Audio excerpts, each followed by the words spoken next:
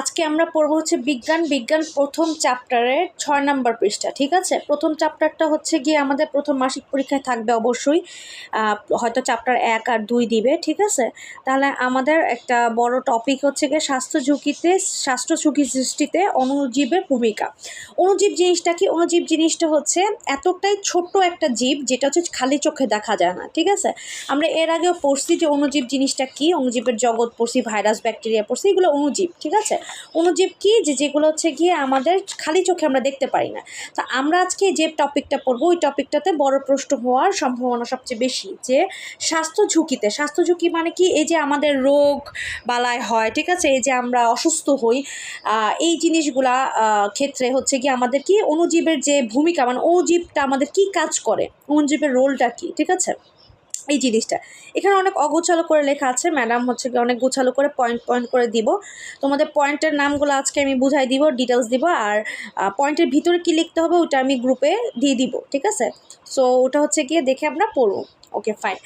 আর তোমরা যদি চাও যে ম্যাডাম শীট আকারে করব তাহলে সমস্যা নাই, আমি এই প্রশ্নগুলোর অ্যান্সারগুলি শীট আকারে করব, তোমরা ফটোকপি করে নিয়ে নিবা, আমি প্রিন্ট আউট করে নিয়ে আসবো, সমস্যা নেই।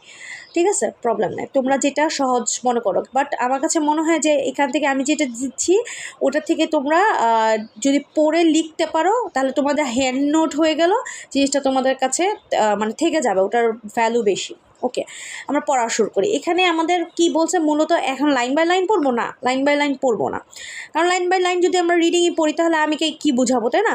সো এখানে আমাদের মূলত কথা কোন লাইনগুলো আমাদের ইম্পর্টেন্ট ওগুলো আমরা দাগাবো এমসিকিউর জন্য। আর এখানে মূল কথাটা কি বলছে ওইটা আমরা পড়বো। ঠিক আছে, এখানে প্রথমে বলছে যে আমরা এই যে অণুজীবগুলো দেখি, অণুজীবগুলো আমাদের কিভাবে কাজ করে।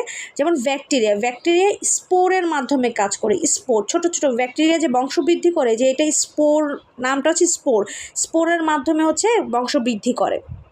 ব্যাকটেরিয়া হচ্ছে আমাদের স্পোরের মাধ্যমে স্থানান্তরিত হয়, মানে এক জায়গা থেকে আরেক জায়গা যায়। স্থানান্তরিত কথাটা মানে ট্রান্সফার হয়। হ্যাঁ, স্পোরের মাধ্যমে ট্রান্সফার হয় ব্যাকটেরিয়া। তাহলে এই জায়গাটা আমরা লাইনটা দাগ দিব। ওকে, এটা এমসিকিউর জন্য ইম্পর্ট্যান্ট। এরপরে বলছে এখানে দেখো, এটার হচ্ছে দ্বিতীয় প্যারা 3 নম্বর লাইনটা দেখো, কলেরা ও টাইফয়েড ব্যাকটেরিয়া জনিত রোগ। তাহলে এটা হচ্ছে আমাদের এমসিকিউ, তাই না? যে কলেরা এবং টাইফয়েডটা কী রকম রোগ, মানে ব্যাকটেরিয়ার কারণে হয়, তাহলে ব্যাকটেরিয়া জনিত রোগ। ঠিক আছে, এখানে আর অন্য কোনো কিছু এমসিকিউর জন্য দাগানো দরকার নেই। এখানে বলছে যে এই যে আমরা যে শাক সবজি খাই, উপরে কি বলছে, উপরে বলছে, আমি তোমাদেরকে শর্টকাটে বলি, এখানে কথাটা কি বলছে বিভিন্ন ধরনের রোগ সৃষ্টি করে, এবং কি রোগ সৃষ্টি করে, ভাইরাসের মাধ্যমে রোগ সৃষ্টি করে, ব্যাকটেরিয়ার মাধ্যমে রোগ সৃষ্টি করে, এগুলো বলছে। এবং বলছে যে খাবারের বিষক্রিয়া করে, মানে যে পচার বাসি খাবারের মধ্যে এই জীবাণুগুলো ছড়ায়। ঠিক আছে, এইগুলো এই দুইটা জিনিস বলছে। তারপরে আচ্ছা, এরপরে হচ্ছে গিয়ে আমরা দাগাবো, কোনটা দাগাবো? আমরা দাগাবো হচ্ছে ভাইরাস দ্বারা আক্রান্ত হলে 2 থেকে 4 দিন হচ্ছে এই রোগ সেরে যায়। মানে ভাইরাসের দিয়ে যে আক্রান্ত হয় না মানুষ, অ্যাটাক হয়, এটা 2-4 দিনের মধ্যে ইউজুয়ালি মানে সুস্থ হয়ে যায় মানুষ, কিন্তু মারাত্মক কিছু ভাইরাসের ক্ষেত্রে মারাত্মক হয়। আর এই লাইনটাও দাগাবার, সংস্পর্শ দ্বারা উদ্ভিদের মোজাইক রোগ ছড়ায়। ঠিক আছে, উদ্ভিদের কোন রোগ ছড়ায়? মোজাইক রোগ ছড়ায়। এইগুলো হচ্ছে গিয়ে তোমার এমসিকিউর জন্য এখান থেকে দাগাইলাম। আর এখানে মূলত কি জিনিস ডিসকাস করছে আমরা একটু দেখি, চলো। এখানে আমাদের মূলত ডিসকাস করছে কি স্বাস্থ্য ঝুঁকিতে অণুজীবের ভূমিকার মধ্যে। প্রথমে বলছে রোগ সৃষ্টি করে। ঠিক আছে, যেমন ভাইরাস, সর্দি কাশি, ডেঙ্গু, এই রোগগুলো সৃষ্টি করে। ব্যাকটেরিয়া, যক্ষা, কলেরা এগুলো সৃষ্টি করে। প্রোটোজোয়া ম্যালেরিয়া সৃষ্টি করে। এটা তোমাদের বইয়ে নাই, তারপরেও এই প্রশ্নের আনসারে দিও, খুব সুন্দর লাগবে এবং মনে হবে যে তুমি পড়ে গেছো, মানে এক্সট্রা কিছু একটা ইনফরমেশন দিছো। প্রোটোজোয়া দিয়ে ম্যালেরিয়া হয়। আর সেকেন্ডে লেখা আছে খাদ্য বিষক্রিয়া ঘটায়। ঠিক আছে, তারপর লেখায় পানিবাহিত রোগ ছড়ায়, এটার মধ্যেই আছে, তোমরা পড়ে বুঝতে পারবা। একটার মধ্যে আছে ত্বক ও শ্বাসতন্ত্রের সংক্রমণ হয়। এই যে যেমন এখানে দেওয়া আছে, দেখো যে বিভিন্ন জিনিস দেওয়া আছে, যে তো এখানে অ্যান্টিমিউবার সংক্রমণ হয়, এবং এখানে দেওয়া আছে যে মামস, হাম এগুলো হয়।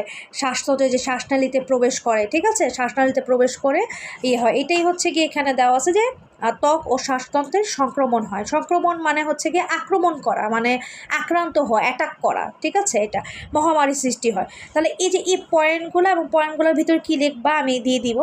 এইগুলো নিয়েই হচ্ছে গিয়ে আমাদের যে স্বাস্থ্য ঝুঁকি সৃষ্টিতে অণুজীবের স্বাস্থ্য ঝুঁকি সৃষ্টিতে অণুজীবের ভূমিকা। ঠিক আছে, এখানে তাহলে আমরা মোটামুটি বুঝতে পারলাম। এখান থেকে তাহলে আমাদের সাড়ে গাড়ে আর পড়তে হবে না, আমরা পয়েন্ট অনুসারে পড়বো এবং প্রশ্ন যখন আসবে তখন আমরা এই পয়েন্ট অনুসারেই দিব। ঠিক আছে, হয়তো সৃজনশীলে মানে উদ্দীপকটা আসবে এরকম যে একজন অ্যাটাক হয়েছে, এরকম ভাইরাসে ব্যাকটেরিয়াতে অ্যাটাক হয়েছে, তো 4 নম্বরের প্রশ্ন তো এরকম আসতে হইতে পারে যে স্বাস্থ্য ঝুঁকিতে এই ধরনের অণুজীবগুলা ভূমিকা কী, বা এই ধরনের অণুজীবগুলা আমাদের এই স্বাস্থ্য ঝুঁকি ঘটায়, ব্যাখ্যা করো বা বর্ণনা করো, তখন এই জিনিসটা লিখে দিলেই হবে। ঠিক আছে, আমি তাহলে দিচ্ছি। আর এটা হচ্ছে কি, এটার মধ্যে আরও অন্য কোনো কিছু যদি মনে করো যে পড়ছো লাইন বুঝতেছি না, আমাকে জানাবো, অবশ্যই আমি বুঝাই দিব। এখানে ইন ডিটেলসে আর বোঝার কোনো কিছু নেই এই টপিকটাতে। ঠিক আছে, পার্টিকুলারলি স্বাস্থ্য ঝুঁকিতে সৃষ্টিতে অণুজীবের ভূমিকা। ওকে, আচ্ছা।